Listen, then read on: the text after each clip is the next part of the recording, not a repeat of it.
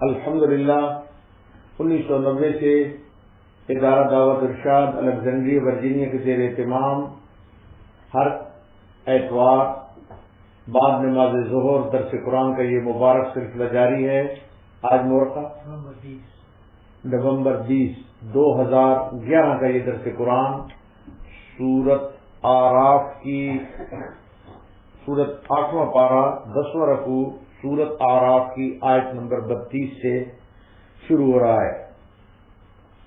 اعوذ باللہ من الشیطان الرجیم، بسم اللہ الرحمن الرحیم، قل من حرم زینت اللہ التي اخرج لعباده والطيبات من الرزق قل هي للذين آمنوا في الحياة الدنيا خالصة يوم القيامة كذلك نفصل الآيات لقوم يعلمون قل إنما حرم ربي الفواحش ما ظهر منها وما بطن والإثم والبغي بغير الحق وأن تشركوا بالله ما لم ينزل به سلطانا وأن تقولوا على الله ما لا تعلمون وَلِكُلِّ أُمَّةٍ أَجَلٌ فَإِذَا جَاءَ أَجَلُهُمْ لَا يَسْتَأْخِرُونَ سَاعَةً وَلَا يَسْتَقْدِمُونَ۔ صدق اللہ العظیم۔ ترجمہ: قل من حرم زینت اللہ التی اخرج لعباده والطیبات من الرزق، آپ فرمائیے کہ اللہ تعالی کے پیدا کیے ہوئے کپڑوں کو جن کو اس نے اپنے بندوں کے واسطے بنایا، والطیبات من الرزق، اور کھانے پینے کی حلال چیزوں کو کس شخص نے حرام کیا ہے؟ قل ہی للذین آمنوا فی الحیات الدنیا، آپ کہہ دیجئے کہ یہ اشیاء اس طور پر کہ قیامت کے روز بھی خالص رہیں، خالصۃ یوم القیامہ، دنیاوی زندگی میں خاص اہل ایمان کے لیے ہیں۔ کذالک نفصل الآیات، ہم اسی طرح تمام آیات کو سمجھداروں کے واسطے صاف صاف بیان کرتے ہیں، لقوم یعلمون، سمجھدار لوگوں کے لیے۔ قل انما حرم ربی الفواحش ما ظہر منها وما بطن، آپ فرما دیجئے کہ البتہ میرے رب نے حرام کیا تمام فحش باتوں کو، اور ان میں جو اعلانیہ ہیں اور ان میں جو پوشیدہ ہیں، والاسم والبغی بغیر الحق، اور ہر گناہ کی بات کو اور نہ حق کسی پر ظلم کرنے کو، وَأَن تُشْرِكُوا بِاللَّهِ، اور اس بات کو کہ تم اللہ کے ساتھ کسی کو شریک ٹھہراؤ، مَا لَمْ يُنَزِّلْ بِهِ سُلْطَانًا، جس کی اللہ نے کوئی سند نازل نہیں فرمائی، وَأَن تَقُولُوا عَلَى اللَّهِ مَا لَا تَعْلَمُونَ، اور اس بات کو کہ تم لوگ اللہ تعالیٰ کے ذمے ایسی بات لگا دو جس کی تم کو سند نہ ہو۔ وَلِكُلِّ أُمَّةٍ أَجَلٌ، اور ہر گروہ کے لیے ایک میعاد معین ہے. فَإِذَا جَاءَ أَجَلُهُمْ لَا يَسْتَأْخِرُونَ سَاعَةً وَلَا يَسْتَقْدِمُونَ. سو جس وقت ان کی میعاد معین آ جائے گی اس وقت ایک ساتھ نہ پیچھے ہٹ سکیں گے نہ آگے بڑھ سکیں گے.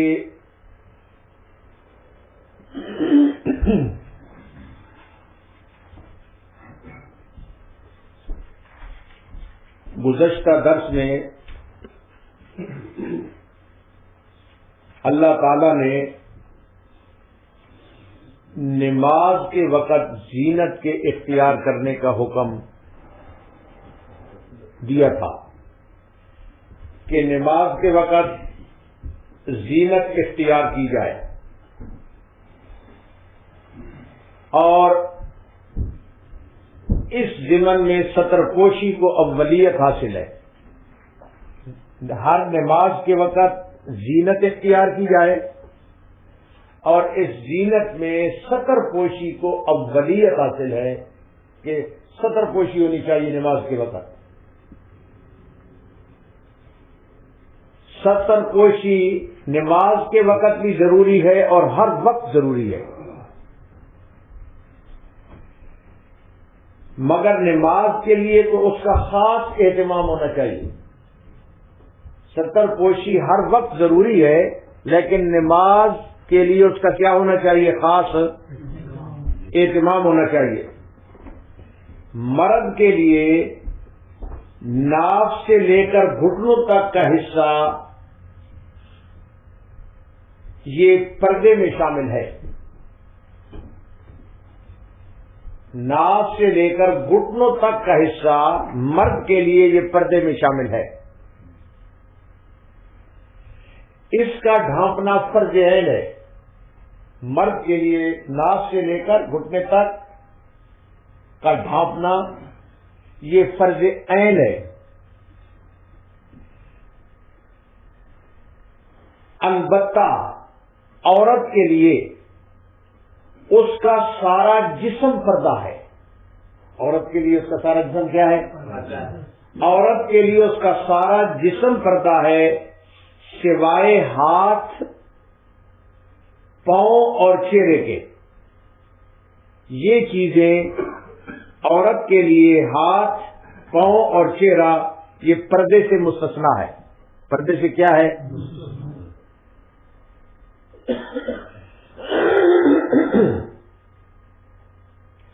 عورت کے لیے ہر وقت پردے میں رہنا ضروری ہے اور نماز کا اس کا خاص اہتمام ہونا چاہیے.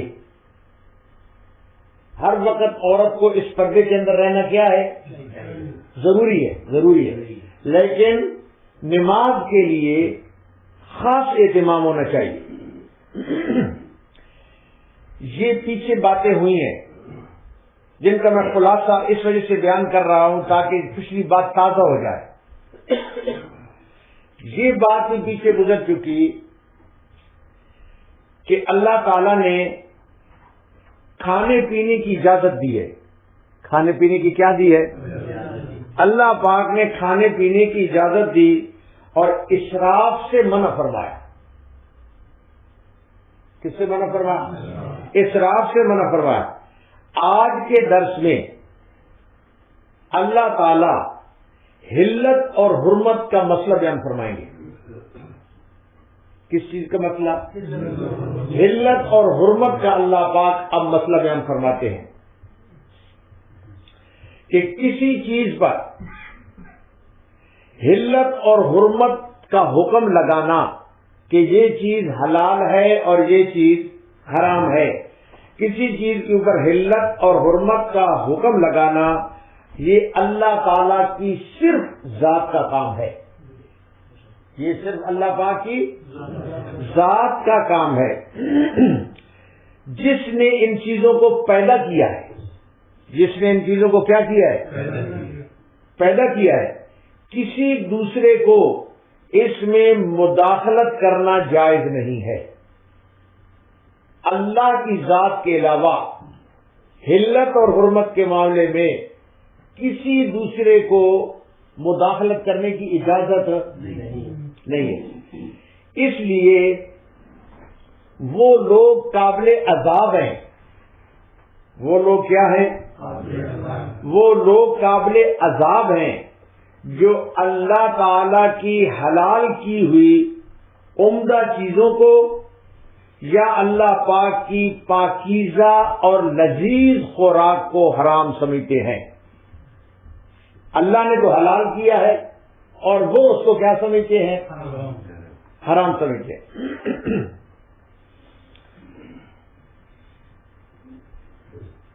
وسعت کے ہوتے ہوئے یعنی آسانی کے ہوتے ہوئے پھٹے پرانے حال میں رہنا گندا اور پراگندہ رہنا آسانی ہے، وسعت ہے. ایک آدمی ہے اس کے پاس وسعت نہیں ہے. وسعت کے ہوتے ہوئے آسانی کے ہوتے ہوئے پھٹے پرانے کپڑوں میں رہنا یا گندا اور پراگندہ رہنا یہ کوئی اسلام کی تعلیم نہیں ہے.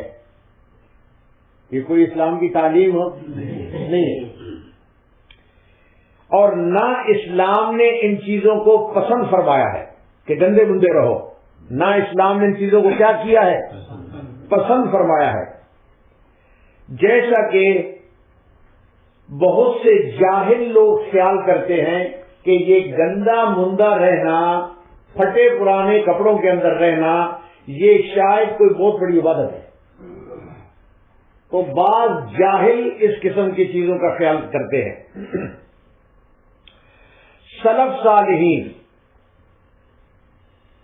صالحین کہتے ہیں جو بزرگ 1400 سال میں بزرگان دین گزرے، سلف صالحین اور ائمہ اسلام میں بہت سے اکابر جن کو اللہ تعالی نے مالی وسعت عطا فرمائی تھی. کیا فرمائی تھی؟ مالی وسعت عطا فرمائی تھی. اکثر عمدہ اور انہوں نے بیش قیمت لباس استعمال فرمایا ہے. انہوں نے عمدہ اور بیش قیمت لباس کو کیا کیا ہے؟ استعمال فرمایا. کیا کیا ہے؟ استعمال فرمایا ہے. چنانچہ خواجہ دو عالم حضرت محمد الرسول اللہ صلی اللہ علیہ وسلم، خواجہ دو عالم حضرت محمد الرسول اللہ صلی اللہ علیہ وسلم نے جب وسعت ہوئی، جب حضور صلی اللہ علیہ وسلم کو کیا ہوئی؟ وسعت ہوئی، تو آپ نے عمدہ سے عمدہ لباس بھی زیب تن فرمایا ہے. جب وسعت ہوئی تو خواجہ دو عالم حضرت محمد الرسول اللہ صلی اللہ علیہ وسلم نے عمدہ سے عمدہ لباس بھی استعمال فرمایا ہے. استعمال فرمایا ہے.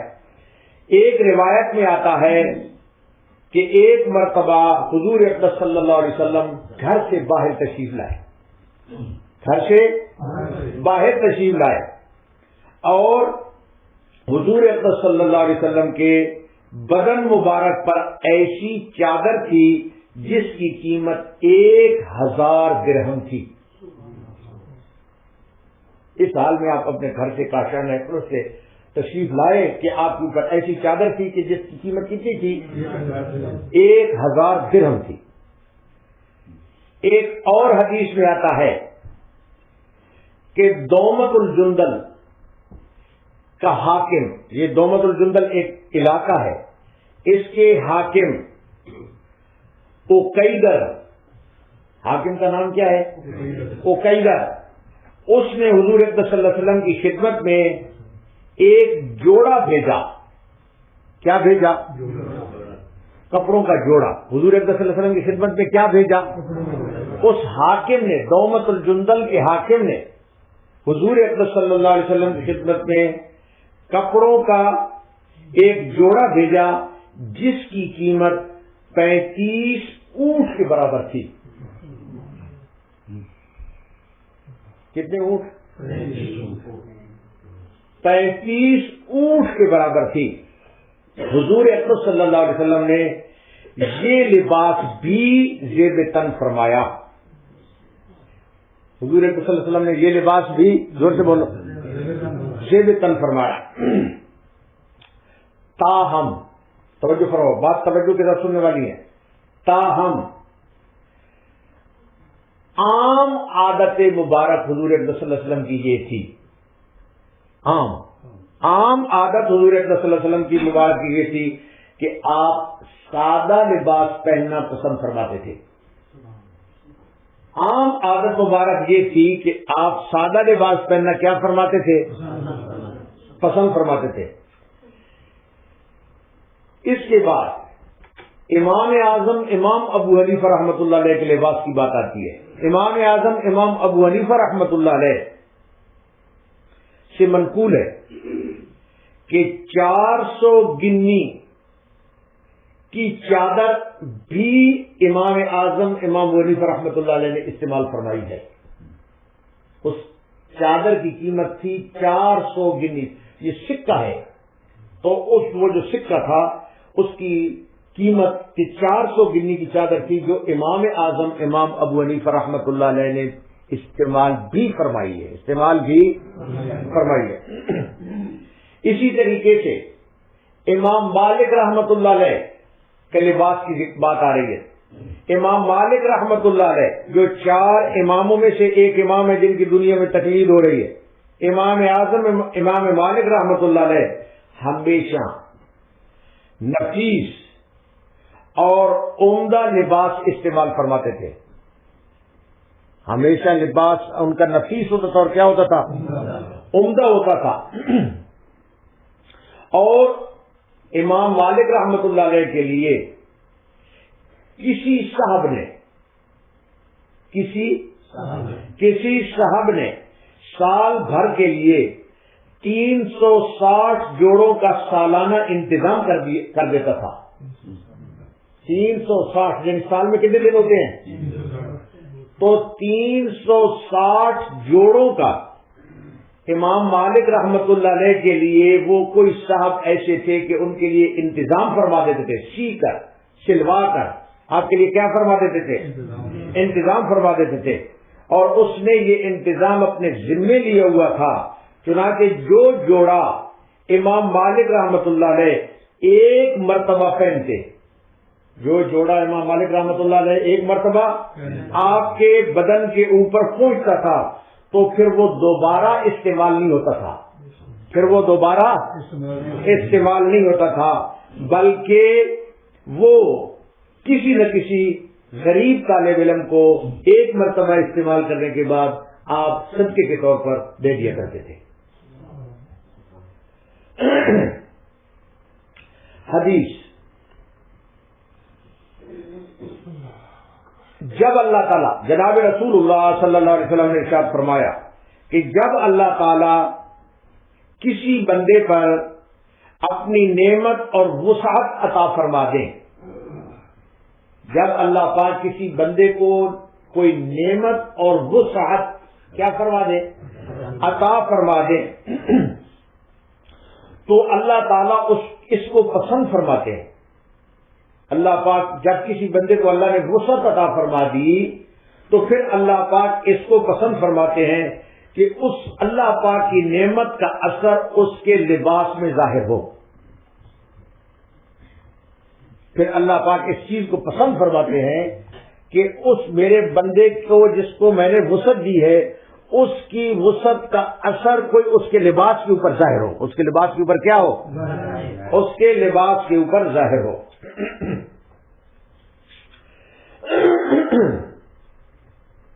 اس لیے اظہار نعمت، اس لیے کہ اظہار نعمت بھی ایک قسم کا شکر ہے.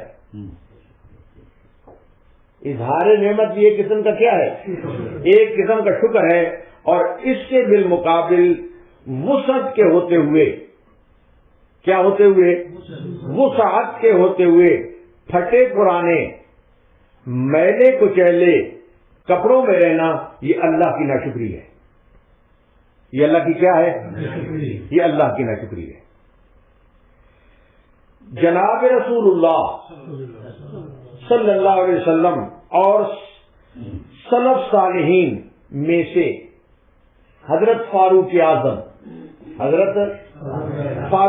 رضی اللہ تعالیٰ عنہ اور بعض دوسرے صحابہ جو عام حالات میں جو انہوں نے معمولی لباس پہنا، عام حالات میں توجہ کے ساتھ بات آ رہی ہے، عام حالات میں بعض سلف صالحین جناب رسول اللہ صلی اللہ علیہ وسلم خصوصاً حضرت فاروق اعظم رضی اللہ تعالیٰ عنہ نے وسعت کے باوجود بھی بعض اوقات جو معمولی لباس پہنا، کیا لباس پہنا؟ معمولی لباس پہنا یا پیوند زدہ کپڑے پہنے. کون سے کپڑے پہنے؟ پیوند زدہ وہ ہوتے ہیں کہ جن کو ٹاکی لگائی جاتی ہے، ہاں، جن کا پیٹ، ہاں، تو پیوند زدہ کپڑے پہننے کا جو استعمال منقول ہے، استعمال کیا ہے؟ منقول ہے. اس کی دو وجہ تھی. کتنی وجہ تھی؟ دو وجہ تھی. ایک تو یہ کہ اکثر جو مال آتا ان سلف صالحین اور بزرگان دین کے پاس، جو اکثر مال آتا وہ فقراء اور مساکین اور دینی کاموں میں خرچ ہو جاتا تھا. وہ فقراء اور مسکین اور دینی کاموں میں کیا ہو جاتا تھا؟ وہ خرچ ہو جاتا تھا اور کچھ باقی نہیں رہتا تھا جس سے عمدہ لباس آ سکے. اور دوسری وجہ کہ وہ حضرات جنہوں نے وسعت کے ہوتے ہوئے معمولی لباس پہنے، اس کی دوسری وجہ یہ کہ وہ لوگ مقتدائے خلائق تھے. لفظ یہ بولیے ذرا، کون سا؟ مقتدائے خلائق، یعنی کہ مخلوق کے رہنما تھے. کیا تھے؟ مخلوق کے، خلق خدا کے رہنما تھے. تو یہ لوگ مقتدائے خلائق تھے، اس لیے وہ سادہ اور سستا اور سستی پوشاک رکھنا یہ دوسرے امراء کو تلقین کے لیے تھی. دوسرے امراء کو کس چیز کے لیے تھی؟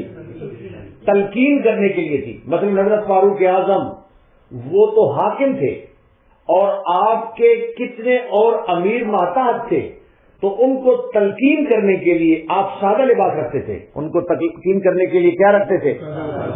ان کو تلقین کرنے کے لیے آپ سادہ لباس رکھتے تھے. کون سا لباس؟ تاکہ، کیوں؟ اس وجہ سے تاکہ غریب اور فقراء، تاکہ پبلک میں جو غریب اور فقراء ہیں ان کی مالی حیثیت کو دیکھ کر ان کے اوپر روب نہ پڑے. ان کی مالی حیثیت کو دیکھ کر فقیروں اور مسکینوں کے اوپر روب نہ پڑے. فقیروں اور مسکینوں کے اوپر روب نہ پڑے. اسی طرح جو صوفیاء کرام، صوفیاء بزرگان دین کی دو قسمیں ہیں، بعض علماء اور بعض ہوتے ہیں صوفیاء. تو صوفیاء کے متعلق بات آ رہی ہے. بعض صوفیاء کرام جو لباس زینت اور عمدہ لذیذ کھانوں سے روکتے ہیں. مثلا بعض جو صوفیاء کرام ہیں وہ اپنے مریدین کو ابتدا میں وہ لذیذ کھانوں سے اور اچھا زینت والا لباس پہننے سے روکتے ہیں. زینت والا لباس پہننے سے کیا کرتے ہیں؟ روکتے ہیں. اس کا منشا بھی یہ نہیں ہے کہ ان چیزوں کو دائمی طور پر ترک کرو. ان بزرگان دین کا اور صوفیان کرام کا یہ مقصد نہیں ہوتا کہ ان تمام چیزوں کو دائمی یعنی ہمیشہ کے لیے ترک کرو، ہمیشہ کے لیے ترک کرو. اور ہمیشہ کے لیے ترک کرنا کوئی کار ثواب ہے، بلکہ نفس کی خواہش پر قابو پانے کے لیے. کس کی خواہش کے اوپر؟ نفس کی خواہش پر قابو پانے کے لیے ابتدائے سلوک میں وہ ایسے مجاہدے کرواتے ہیں. ابتدائے سلوک میں وہ ابتدان ایسے کیا کرواتے ہیں؟ مجاہدے کرواتے ہیں جو بطور علاج کے ہیں، جو بطور کیا ہیں؟ جو بطور علاج اور دوا کے ہیں۔ جب نفس اس درجے پر پہنچ جاتا ہے کہ خواہشات نفس پر قابو پا لے تو اس کا نفس اس کو حرام اور ناجائز چیزوں کی طرف نہ کھینچے، تو اس وقت تمام صوفیاء اور عام سلف صالحین عمدہ لباس اور لذیذ کھانے استعمال کرنے کی اجازت دے دیتے ہیں۔ بہرحال یہ جو ساری بات ہوئی ہے اس کا خلاصہ، ساری بات کا خلاصہ سنت رسول صلی اللہ علیہ وسلم اور صحابہ اور تابعین یہ ہے کہ ان چیزوں میں یعنی کہ لباس، پوشاک اور کھانے پینے میں آدمی تکلف نہ کرے۔ کیا نہ کرے؟ زور سے بولو، تکلف نہ کرے۔ جس پوشاک اور خوراک، جو بھی آدمی کو پوشاک اور خوراک میسر ہو، وہ اس کا شکر ادا کرتے ہوئے اس کو استعمال کرے۔ اس کو کیا کرے؟ اس کو استعمال کرے۔ موٹا کپڑا، خشک غذا ملے، اگر موٹا کپڑا ملے یا کیا ملے، خشک غذا ملے، تو یہ تکلف نہ کرے کہ کسی نہ کسی طرح مجھے اچھی غذائی حاصل ہونی چاہیے، کسی نہ کسی طرح مجھے اچھی غذائی حاصل ہونی چاہیے، خواہ قرض لینا پڑے، خواہ کیا لینا پڑے؟ قرض لینا پڑے، یعنی قرض لے گا اور اپنی پوشاک اچھی بنائے گا، خوراک اچھی بنائے گا، یا اس فکر میں رہے، یا کیا اس فکر میں رہے کہ اپنے آپ کو کسی دوسری مشکل میں مبتلا کرے، یعنی کہ وہ اتنا تکلف کرے کہ وہ دوسرے کو کیا کسی مشکل کے اندر مبتلا کرے، کس کے اندر مبتلا کرے؟ مشکل کے اندر مبتلا کرنے کی نوبت ہے۔ اسی طرح عمدہ نفیس لباس، کون سے لباس؟ عمدہ نفیس لباس یا لذیذ کھانا اگر میسر آئے تو یہ تکلف نہ کرے کہ اس کو جان بوجھ کر خراب کرے، اس کو جان بوجھ کر کہ بھائی اتنا نفیس کھانا ہے اور میں تو اس کو اس وجہ سے نہیں کھاؤں گا، تو اس کو خراب کرے، اس کو کیا کرے؟ یا اس کو استعمال سے پرہیز کرے۔ اب جناب نبی کریم صلی اللہ علیہ وسلم کا فرمان سنیں۔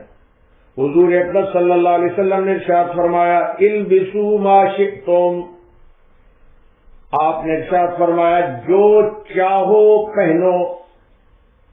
البسوا امر کا صیغہ ہے، پہنو، ما شئتم جو چاہتے ہو، فرمایا البسوا ما شئتم، فرمایا جو چاہتے ہو پہنو، لیکن ساتھ ساتھ فرمایا بس دو چیزوں کا خیال کرو، تکبر نہیں ہونا چاہیے اور اسراف نہیں ہونا چاہیے۔ کیا نہیں ہونا چاہیے؟ دو چیزیں جو ہے نا وہ آدمی کو خاص خیال کرنا ہے، تکبر بھی نہ ہو اور اسراف بھی نہ ہو۔ اور حدیث شریف میں آتا ہے جب حضور اقدس صلی اللہ علیہ وسلم نے تکبر کی مذمت بیان فرمائی، کیا بیان فرمائی؟ تکبر کی مذمت بیان فرمائی، تو لوگوں نے دریافت کیا کہ حضور ہر آدمی یہ چاہتا ہے ایکون لہ ثوبا حسنا ونعلہ حسنا ومرکبہ حسنا۔ عرض کیا یا رسول اللہ، ہر شخص یہ چاہتا ہے کہ اس کا کپڑا اچھا ہو، اس کا جوتا اچھا ہو، اس کی سواری اچھی ہو۔ ہر آدمی کی خواہش ہوتی ہے میری یہ چیزیں اچھی ہونی چاہیے، میری یہ چیزیں، لباس بھی اچھا ہونا چاہیے، جوتا بھی اچھا ہونا چاہیے اور سواری بھی اچھی ہونی چاہیے۔ تو کیا یہ تکبر ہے؟ کیا یہ چیزیں اگر آدمی کرتا ہے تو یہ کیا یہ تکبر ہے؟ حضور اقدس صلی اللہ علیہ وسلم نے فرمایا نہیں۔ آپ نے کیا ارشاد فرمایا؟ آپ نے ارشاد فرمایا نہیں، بلکہ یہ تو جمال کی نشانی ہے، یہ چیزیں آدمی اچھی رکھے، کپڑے، جوتا، سواری، یہ چیزیں اگر اچھی رکھے یہ جمال کی نشانی ہے۔ کس کی نشانی ہے؟ جمال کی نشانی ہے۔ اور فرمایا آگے حدیث بیان فرمائی، فرمایا اللہ جمیل ویحب الجمال، اللہ پاک خود بھی خوبصورت ہیں اور خوبصورتی کو پسند فرماتے ہیں. اللہ خود بھی خوبصورت ہے اور کیا کس کو پسند فرماتے ہیں؟ خوبصورتی کو اللہ پاک پسند فرماتے ہیں. لیکن آگے حضور اکرم صلی اللہ علیہ وسلم نے ارشاد فرمایا تکبر کیا ہے، یعنی کہ کپڑے اچھا ہونا، جوتا اچھا ہونا، سواری اچھا ہونا، یہ تکبر نہیں ہے. آگے ارشاد فرمایا ولکن الکبر، لیکن تکبر یہ ہے غمط الناس وبطر الحق، لوگوں کو حقیر جاننا اور حق کا انکار کرنا، یہ تکبر ہے. لوگوں کو حقیر جاننا اور حق کا انکار کرنا، حق کا کیا کرنا؟ انکار کرنا. تکبر یہ ہے کہ تم لوگوں کو حقیر سمجھو اور حق بات کو ٹھکراؤ. حق بات کو کیا کرو؟ ٹھکراؤ. کسی کو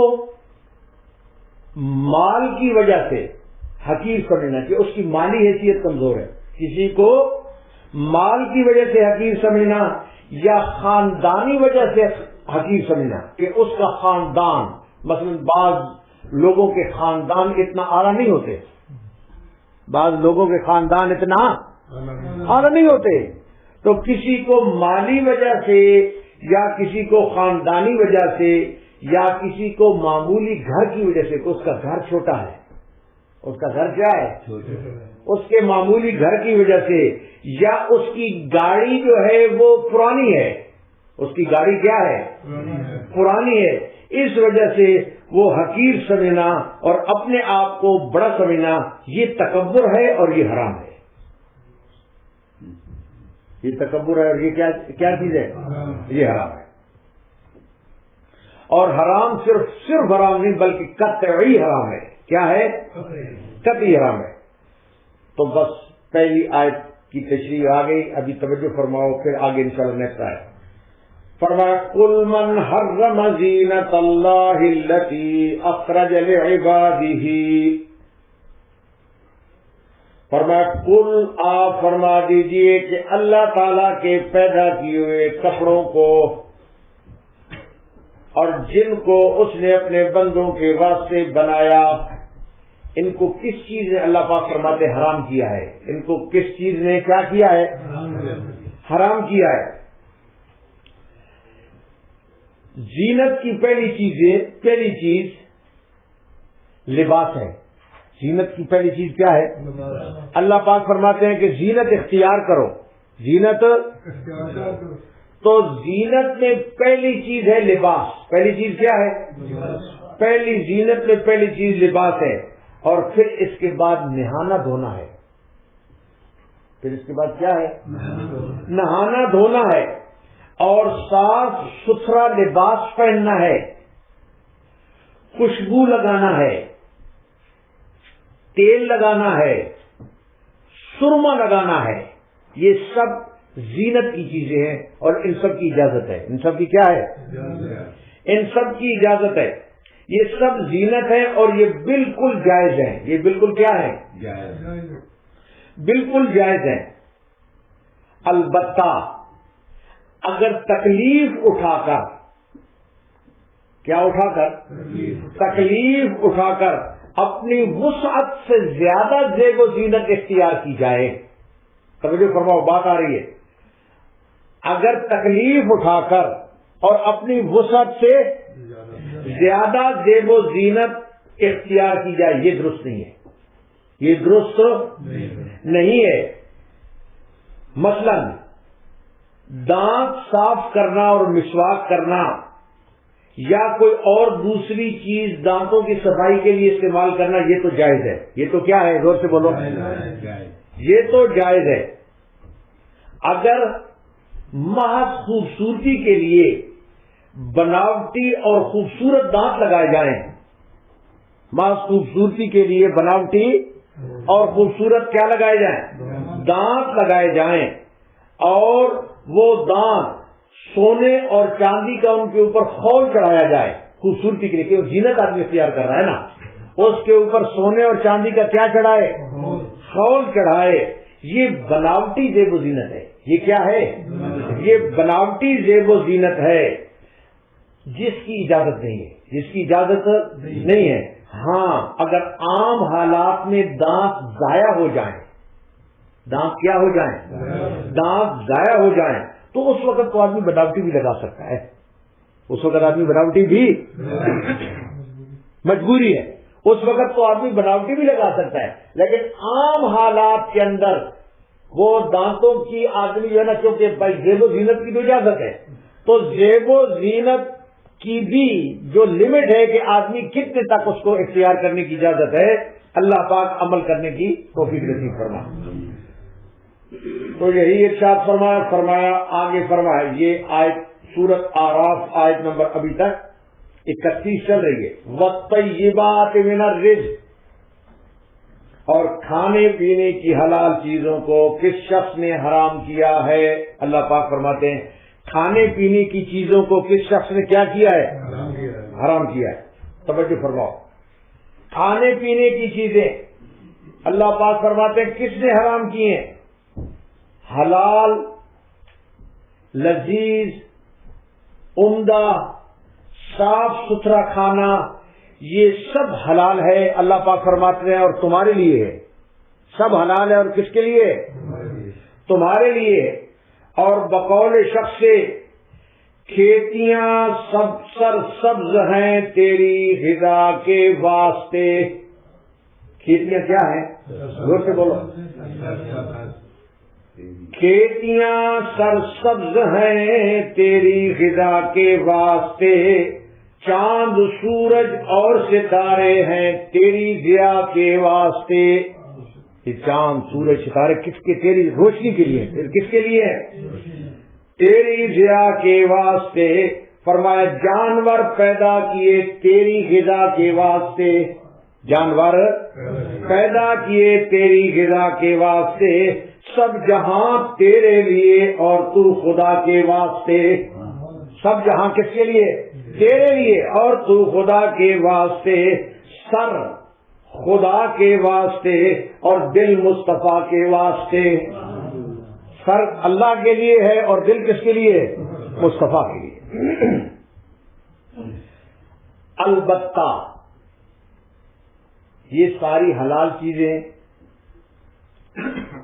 تو ہمارے لیے، لیکن البتہ حرام اور مشتبہ چیز کھانے کی اجازت نہیں ہے۔ حلال چیزوں کے استعمال کی اجازت ہے، لیکن حرام اور مشتبہ چیزوں کے کھانے کی اجازت نہیں ہے۔ بعض مصلحت کی خاطر، کس کی؟ بعض مصلحت کی خاطر اچھے لباس اور اچھے کھانے سے پرہیز، اچھا لباس اور اچھے کھانے سے پرہیز مصلحت کی خاطر جائز ہے۔ مصلحت کی خاطر کیا ہے؟ جائز ہے۔ حضرت فاروق اعظم رضی اللہ تعالیٰ عنہ عمدہ لباس محض اس وجہ سے نہیں پہنتے تھے کہ ان کے دیکھا دیکھی ان کے عمال بھی اسے فیشن کے طور پر اختیار نہ کریں۔ حضرت عمر رضی اللہ تعالیٰ عنہ، اور آپ حضرت عمر رضی اللہ تعالیٰ عنہ پیوند زدہ کپڑے پہنتے تھے۔ کیسے کپڑے؟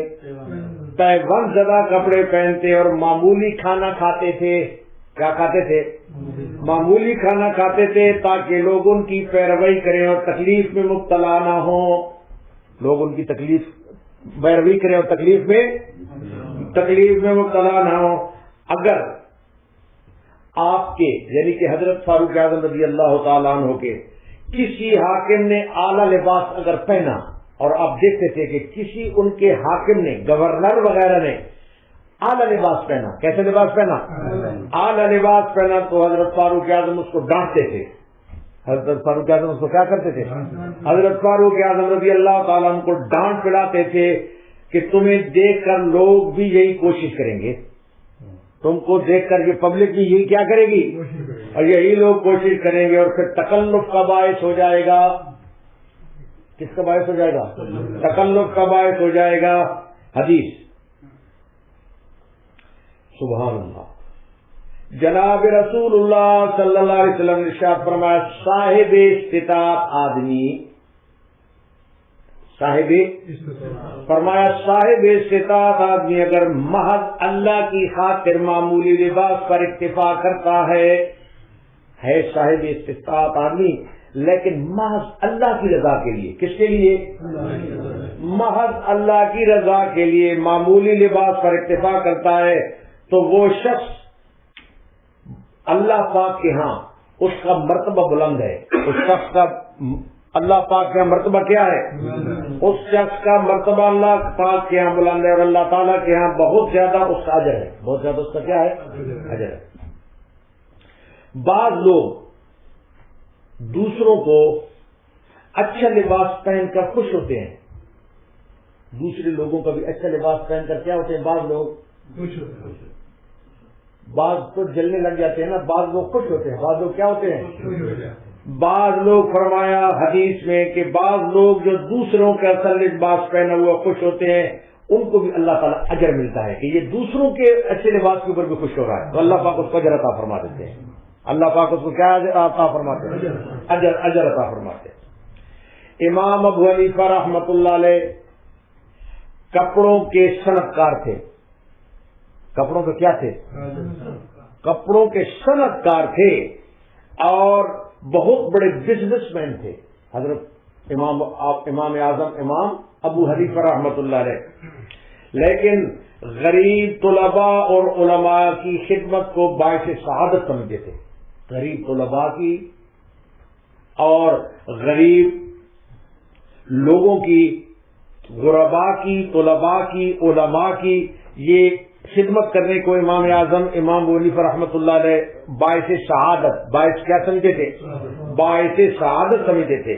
حضرت حسین رضی اللہ تعالیٰ عنہ کے فرزند حضرت زین العابدین، حضرت زین العابدین یہ اعلیٰ کپڑا پہنتے تھے۔ حضرت حسین رضی اللہ تعالیٰ عنہ کے فرزند حضرت زین العابدین کیسے کپڑا پہنتے تھے؟ یہ اعلیٰ کپڑا پہنتے تھے، عمدہ کپڑا پہنتے تھے، لیکن کچھ دیر استعمال کے بعد غریبوں کو دے دیتے تھے۔ کچھ دیر استعمال کرنے کے بعد کس کو دے دیتے تھے؟ غریبوں کو دے دیتے تھے۔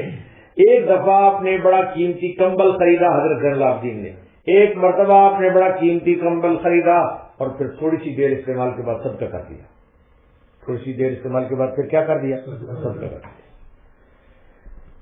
تو فرمایا سورۃ اعراف آیت نمبر 32 ابھی تک 32 آیت نمبر، قل ہی للذین، توجہ فرماؤ آیت کدھر ہے؟ قل ہی للذین آمنوا فی الحیات الدنیا۔ یہ ساری چیزیں جو اللہ پاک نے ذکر فرمائی ہے نا، عمدہ لباس، عمدے کھانے، اس کے بارے فرماتے ہیں اللہ پاک قل ہی للذین آمنوا فی الحیات الدنیا، آپ کہہ دیجئے کہ یہ اشیاء اس طور پر کہ قیامت کے روز بھی خالص رہیں گی اور دنیاوی زندگی میں بھی خالص اہل ایمان کے لیے ہے۔ یہ عمدہ کھانے اور عمدہ لباس اللہ پاک فرماتے ہیں کہ یہ اہل ایمان کے لیے ہیں۔ یہ کس کے لیے ہیں؟ اب بات آ رہی ہے، مثلا توجہ فرماؤ، ایک خاص اللہ پاک نے یہاں پر حکمت بیان فرما رہے ہیں۔ کیا بیان فرما رہے ہیں؟ حکمت بیان فرماتے ہیں کہ دنیا کی تمام نعمتیں، دنیا کی تمام نعمتیں، نفیس اور عمدہ لباس اور لذیذ کھانے دراصل اطاعت شعار مومنین کے لیے پیدا کیے گئے ہیں۔ کس کے لیے پیدا کیے گئے ہیں؟ اطاعت شعار اور مومنین کے لیے یہ پیدا کیے گئے ہیں۔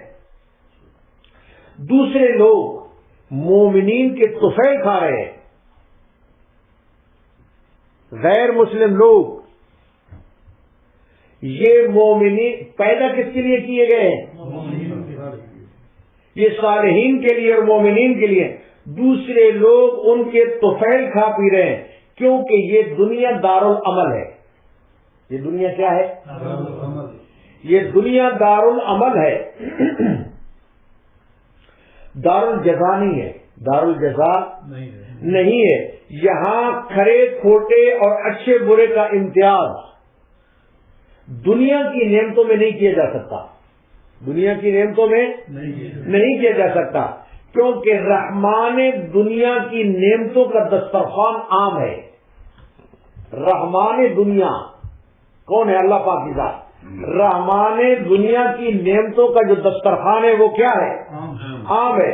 یہاں سب کے لیے وہ دسترخوان یکساں کھلا ہوا ہے، سب کے لیے دنیا میں اللہ کا دسترخوان یکساں کیا ہوا ہے؟ کھلا ہے، یکساں سب کے لیے کیا ہے؟ کھلا ہے۔ بلکہ دنیا میں عادت اللہ یہ ہے، دنیا میں عادت اللہ پاک کی عادت یہ ہے کہ اگر مومن اور فرمانبردار بندوں سے اطاعت میں کچھ کمی ہو جائے، اللہ کی عادت ہے کہ دنیا میں اگر مومن اور فرمانبردار بندوں سے اطاعت میں کچھ کمی ہو جائے، اطاعت سے کیا ہو جائے؟ کمی ہو جائے، تو دوسرے لوگ ان پر غالب آ کر دنیاوی نعمتوں کے خزانوں کے اوپر قابو ہو جاتے ہیں تو مومنین کے لیے، کس کے لیے؟ سارے خزانے کس کے لیے؟ لیکن جس وقت ان میں اطاعت کی کمی آ جاتی ہے تو پھر دوسرے لوگ ان کے اوپر غالب آ کر ان کے خزانوں کے اوپر قابض ہو جاتے ہیں، لیکن ہیں مومنین کے لیے، ہیں کس کے لیے؟ مومنین کے لیے۔ اور یہ پھر مومنین فقر و فاقے میں مبتلا ہو جاتے ہیں، کیونکہ انہوں نے اپنی اطاعت میں کمی کی ہے۔ انہوں نے کس پہ کیا کمی کی ہے؟ پھر فقر و فاقے میں۔ مگر یہ قانون یہ صرف اس دارالعمل دنیا کے لیے ہے، یہ جو قانون ہے یہ کس کے لیے ہے؟ یہ دارالعمل دنیا کے لیے۔ آخرت میں ساری نعمتیں اور راحتیں صرف اللہ تعالی کے فرما بردار اور اطاعت شعار بندوں کے لیے ہوں گی۔ آخرت کی ساری نعمتیں اللہ کے فرما بردار اور اطاعت شعار بندوں کے لیے مخصوص ہوں گی۔ اور بعض حضرات مفسرین نے اس آیت کے اس ٹکڑے کا قل ہی للذین آمنوا فی الحیات الدنیا خالصۃ یوم القیامہ، بعض حضرات مفسرین نے یہ بھی بیان فرمایا ہے کہ دنیا میں تو یہ نعمتیں بغیر مشقت کے نہیں ملتی، دنیا میں یہ خوراک اچھا لباس بغیر مشقت کے، تو فرماتے ہیں مفسرین کہ دنیا میں تو یہ نعمتیں بعض بغیر مشقت کے حاصل نہیں ہوتی، اور اگر ہوتی ہیں تو دائمی نہیں ہوتی، اگر ملتی ہیں تو پھر یہ دائمی نہیں ہے، پھر یہ دنیا کی نعمتیں دائمی نہیں ہیں، ان کے چھن جانے کا ہر وقت امکان ہوتا ہے کہ یہ جو میرے پاس نعمت ہے یہ چھن جائے، اس کا امکان پاسبلٹی ہوتی ہے، اس کا کیا ہوتا ہے؟ پاسبلٹی ہوتی ہے۔ کچھ نہیں تو انسان کے اوپر موت کا ڈر تو ہر وقت سوار ہے، موت کا ڈر تو ہر وقت انسان کے اوپر کیا ہے؟ موت ہر وقت انسان کے اوپر سوار رہتی ہے کہ جو ہی موت کا بگل بجا، جو ہی موت کا بگل بجا سب کچھ ختم ہو گیا، سب کچھ کیا ہو گیا؟ سب کچھ ختم ہو گیا۔ اور بقول نذیر اکبر الہآبادی، اب ہرس و ہوس کو چھوڑ یہاں، کہتے ہیں اب ہرس و ہوس کو چھوڑ یہاں، دیس بدیس پھرے مارا، قرضا کے اجل کا لوٹے ہے دن رات بجا کے نکارا، سب ٹھاٹ پڑا رہ جائے گا جب لاد چلے گا بنجارا۔ تو جس وقت یہ سارے کا سارا ٹھاٹ جو ہے یہ پورے کا پورا پڑے کا پڑا رہ جاتا ہے، بلکہ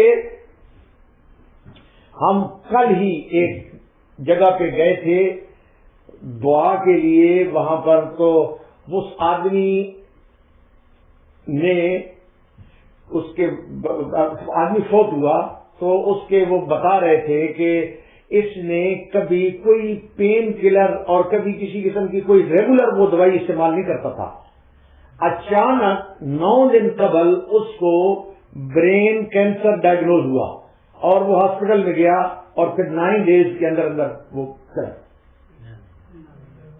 9 ڈیز اچانک، پہلے کوئی کسی قسم کی ریگولر دوائی نہیں ہے۔ تو پھر تو جس وقت آ جاتا ہے تو اس وقت جو جگری دوست ہوتے ہیں، جب وقت آتا ہے تو پھر جو جگری کیا ہے، جو جگری دوست ہوتے ہیں وہ بھی اس شعر کا مصداق ہوتے ہیں. کہتے ہیں مٹھوں میں خاک لے کر دوست آئے ہیں وقت دفن، مٹھوں میں خاک لے کر دوست آئے ہیں وقت دفن، زندگی بھر کی محبت کا صلہ دینے لگے. سارے مٹھوں میں دوست خاک لے کر آتے ہیں اور اوپر خاک ڈالتے ہیں اور زندگی بھر کی محبت کا صلہ دے رہے ہوتے ہیں. زندگی بھر کی محبت کا کیا دے رہے ہوتے ہیں؟ صلہ دے رہے ہوتے ہیں. تو کہتے ہیں مٹھوں میں خاک لے کر دوست آئے ہیں وقت دفن، زندگی بھر کی محبت کا صلہ دینے لگے. تو بہرحال دنیا کی یہ نعمتیں بالکل عارضی ہیں. دنیا کی یہ نعمتیں کیا ہیں؟ عارضی ہیں. بخلاف آخرت کی نعمتوں کے وہ دائمی ہوں گی. وہ کیا ہوں گی؟ وہ دائمی ہوں گی اور بغیر مشقت کے حاصل ہوں گی. یہ نعمتیں مشقت کے بعد جاب کرو پھر ملتی ہیں، کام کرو پھر ملتی ہیں. وہ بغیر مشقت کے، وہ بغیر مشقت کے حاصل ہوں گی اور ان کے چھن جانے کا بھی کوئی خطرہ نہیں ہوگا. جیسے ان کا نعمتوں کا، دنیا کی نعمتوں کے چھن جانے کا خطرہ ہے. جاب ختم ہو گیا، نعمتیں ختم، یا اور کوئی جو ہے نا بیمار ہو گیا تو ابھی کھا بھی نہیں سکتا. یہ تو یہ نعمتوں کے چھن جانے کا بھی، وہاں پر چھن جانے کا بھی کوئی خطرہ نہیں ہوگا. تو فرمایا سبحان اللہ. یہ ابھی تک آیت نمبر 32 کا آخری حصہ. فرمایا کذالک نفصل الآیات لقوم یعلمون، ہم اسی طرح تمام آیات کو سمجھداروں کے واسطے صاف صاف بیان کرتے ہیں. یعنی ہم اپنی قدرت کاملہ کی نشانیاں سمجھدار لوگوں کے لیے اس طرح تفصیل سے بیان کرتے ہیں تاکہ اس کو ہر عالم اور جاہل جان لے. ہر عالم اور جاہل اس کو جان لے. اب آیت نمبر سورۃ اعراف کی آیت نمبر 33. قل انما حرم ربی الفواحش ما ظهر منها وما بطن والاسم والبغي بغیر الحق وَأَن تُشْرِكُوا بِاللَّهِ مَا لَمْ يُنَزِّلْ بِهِ سُلْطَانًا. آپ فرما دیجئے کہ البتہ میرے رب نے حرام کیا ہے تمام فحش باتوں کو. اب وہ لوگ کئی ایسی چیزیں تھیں جو حلال تھی حرام کرتے تھے. اب اللہ پاک فرماتے ہیں کہ جو چیزیں ہم نے حرام کی ہیں وہ سنو، یہ حرام ہے. کون کون سی؟ اب حرام چیزیں آ رہی ہیں. اب کیا آ رہی ہیں؟ حرام چیزیں. تو اس آیت میں ان چیزوں کو اب اللہ پاک بیان فرماتے ہیں کہ جن کو اللہ پاک نے حرام قرار دیا ہے اور ان کے ترک کرنے سے خدا تعالی کی رضا حاصل ہوتی ہے. ان کو اگر آدمی ترک کرے تو اللہ کی کیا حاصل ہوتی ہے؟ رضا حاصل ہوتی ہے.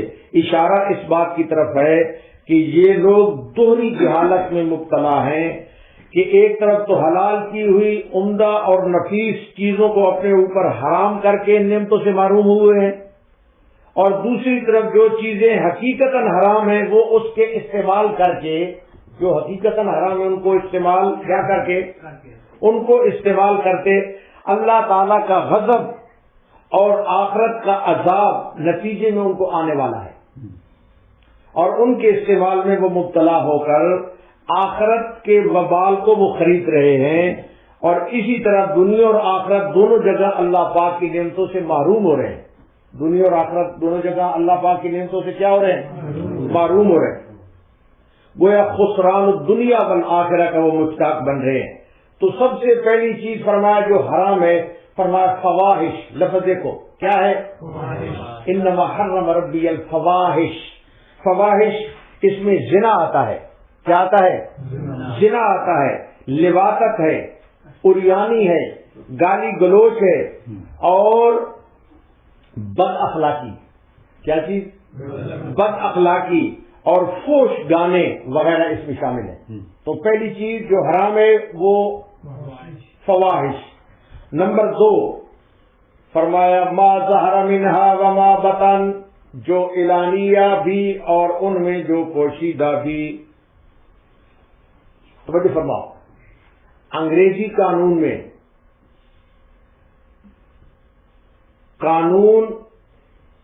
بری صرف وہ بات ہے، انگریزی قانون میں بری صرف وہ بات ہے جو برائی صرف وہ ہے جو سر عام کی جائے. انگریزی قانون میں برائی صرف وہ ہوتی ہے جو سر عام کی جائے. اندرون خانہ اگر انجام دی گئی ہو تو اس کا کوئی مواخذہ نہیں ہے ادھر، کوئی اس کا مواخذہ نہیں ہے. مگر اسلام میں ظاہر اور پوشیدہ برائی دونوں قابل مواخذہ ہے. اسلام میں ظاہر بھی اور پوشیدہ بھی دونوں کیا ہیں؟ قابل مواخذہ. دونوں کیا ہیں؟ تو یہی اللہ پاک فرماتے ہیں کہ ہم نے انما حرم ربی الفواحش ما ظہر منہا وما بطن، ان میں جو اعلانیہ بھی اور ان میں جو پوشیدہ بھی، والاسم. اس کے بعد کیا ہے؟ والاسم. توجہ فرماؤ. والاسم، اسم جو ہے نا اس میں ہے چوری، جوا، شراب نوشی، ترک فرائض، یہ سب گناہ ہیں اور اسم کے تحت آتے ہیں. یہ سب گناہ ہیں اور کس کے تحت آتے ہیں؟ اسم کے تحت آتے ہیں. اور پھر اس کے بعد فرمایا والبغی. اور سر کیا فرمایا؟ والبغی بغیر الحق. والبغی بغیر الحق، اس میں ظلم، زیادتی، کسی کا حق غصب کرنا، کسی پر تہمت لگانا، یہ سب اس میں آتے ہیں. اور پھر اس کے بعد فرمایا وَأَن تُشْرِكُوا بِاللَّهِ مَا لَمْ يُنَزِّلْ بِهِ سُلْطَانًا، اور فرمایا یہ شرک، یہ قطعی حرام ہے. یہ قطعی کیا ہے؟ اور اکبر الکبائر، بڑے کبیرہ گناہوں میں سے ایک ہے. بڑے کبیرہ گناہوں میں سے ایک ہے. تو اللہ پاک فرماتے ہیں یہ چیزیں حرام ہیں. اللہ پاک فرماتے ہیں یہ چیزیں. فرمایا قل انما حرم ربی الفواحش ما ظہر منہا وما بطن والاسم والبغی بغیر الحق وان تشرکوا باللہ ما لم ينزل به سلطانا. اور آخری فرمایا وان تقولوا علی اللہ ما لا تعلمون، اور کہ تم لوگوں کے ذمے ایسی بات لگاؤ جس کی سند نہیں رکھتے. اللہ کے ذمے ایسی باتیں لگاؤ جس کی تم سند نہیں رکھتے. مثلا کہنا کہ خدا کی بیوی ہے، یہ کہنا کہ اللہ پاک کی اولاد ہے. اللہ پاک کی حضرت عیسیٰ علیہ السلام اللہ پاک کی اولاد ہے. یہ ایسی بات ہے کہ اللہ کے ذمے لگا رہے ہو، کوئی دلیل نہیں ہے، کوئی دلیل نہیں ہے. اور ایسی چیز کی حلت اور حرمت اللہ پاک کی طرف منسوب کرنا جو فی الحقیقت نہ ہو، یعنی کہنا کہ یہ چیز حلال ہے، یہ چیز حرام، اور حقیقت نہ ہو، تو یہ بھی اتقولون علی اللہ ما لا تعلمون اس کے تحت آتی ہے. اور اسی طریقے سے اپنے آپ کو نبی اور رسول کہنا جو حقیقت نہ ہو، جیسے مرزا غلام محمد قادیانی، یہ بھی اتقولون علی اللہ ما لا تعلمون، یعنی اللہ کے ذمے ایسی بات لگاتے ہو جو ہے نہیں. تو فرمایا اب اس کے بعد آیت نمبر، اور آج کے درس کی یہ آخری آیت آ رہی ہے، آیت نمبر 34. آیت نمبر 34 پہلے اس کا ترجمہ سن لیجئے. فرمایا والے کل امت اجل، اور ہر گروہ کے لیے ایک میعاد معین ہے. ہر گروہ کے لیے ایک میعاد کیا ہے؟ مقرر ہے. فَإِذَا جَاءَ أَجَلُهُمْ لَا يَسْتَأْخِرُونَ سَاعَةً وَلَا يَسْتَقْدِمُونَ، تو جس وقت ان کی میعاد معین آ جائے گی اس وقت ایک ساتھ نہ پیچھے ہٹ سکیں گے نہ آگے بڑھ سکیں گے. توجہ فرماؤ. جس طرح ایک فرد کے لیے زندگی کے ایام اور وقت مقرر ہے، جس طرح ایک فرد کے لیے زندگی کے ایام اور وقت کیا ہے؟ مقرر ہے، اسی طرح ہر امت اور قوم کے لیے بھی وقت مقرر ہے. ہر امت اور قوم کے لیے بھی ایک وقت کیا ہے؟ مقرر ہے. فرد کی نسبت قوموں کی عمریں لمبی ہوتی ہیں. فرد کی نسبت قوموں کی عمریں کیا ہوتی ہیں؟ لمبی ہوتی ہیں. بعض قومیں دنیا میں ہزاروں سال تک دھوم دھام سے برسر عروج رہی ہیں. بعض قومیں بڑی دھوم دھام کے ساتھ، شان و شوکت کے ساتھ وہ برسر عروج رہی ہیں. اور جب ان کے اسباب حیات کمزور ہوئے، ان قوموں کے جب اسباب حیات کیا ہوئے؟ کمزور ہوئے، تو وہ مغلوب ہو گئے۔ وہ کیا ہو گئی؟ وہ قومیں مغلوب ہو گئے۔ مسلمان دنیا میں صدیوں تک چھائے رہے، مسلمان دنیا میں صدیوں تک کیا؟ مسلمان دنیا میں صدیوں تک چھائے رہے، مگر اب انحطاط پذیر ہیں۔ اب مسلمان کیا ہے؟ اب مسلمان انتہاط پذیر ہیں، انحطاط پذیر ہیں، اور وہ مسلمانوں میں اخلاق باقی نہیں ہے جو زندہ قوموں میں ہوتے ہیں۔ اب وہ مسلمانوں میں اخلاق باقی نہیں ہے جو زندہ قوموں میں ہوتے ہیں۔ اب مسلمانوں کی حالت ایک مردہ قوم کی سی ہے، مسلمانوں کی حالت اب ایک مردہ قوم کی سی ہے۔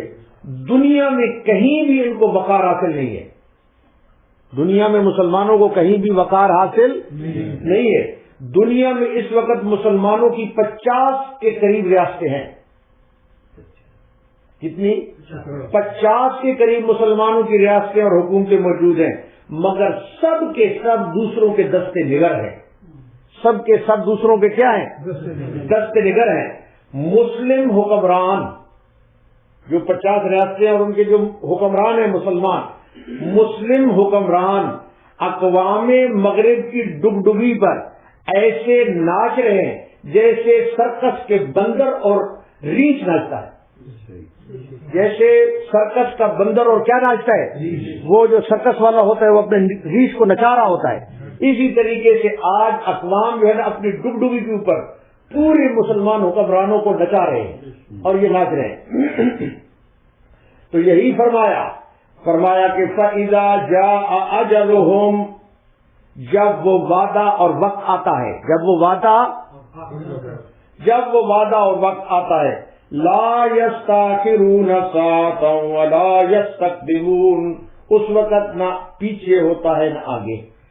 توجہ فرماؤ، جس وقت کسی قوم کا وقت آتا ہے زوال کا، یا کسی فرد کا وقت آتا ہے موت کا، نہ آگے ہوتا ہے نہ پیچھے، نہ آگے ہوتا ہے نہ پیچھے ہوتا ہے۔ توجہ فرماؤ، پیچھے تو نہیں ہوتا، لیکن یہ جو یستقدمون ہے آگے ہونا، اس کے متعلق بات ہے۔ فرمایا آگے پیچھے نہیں ہوتا۔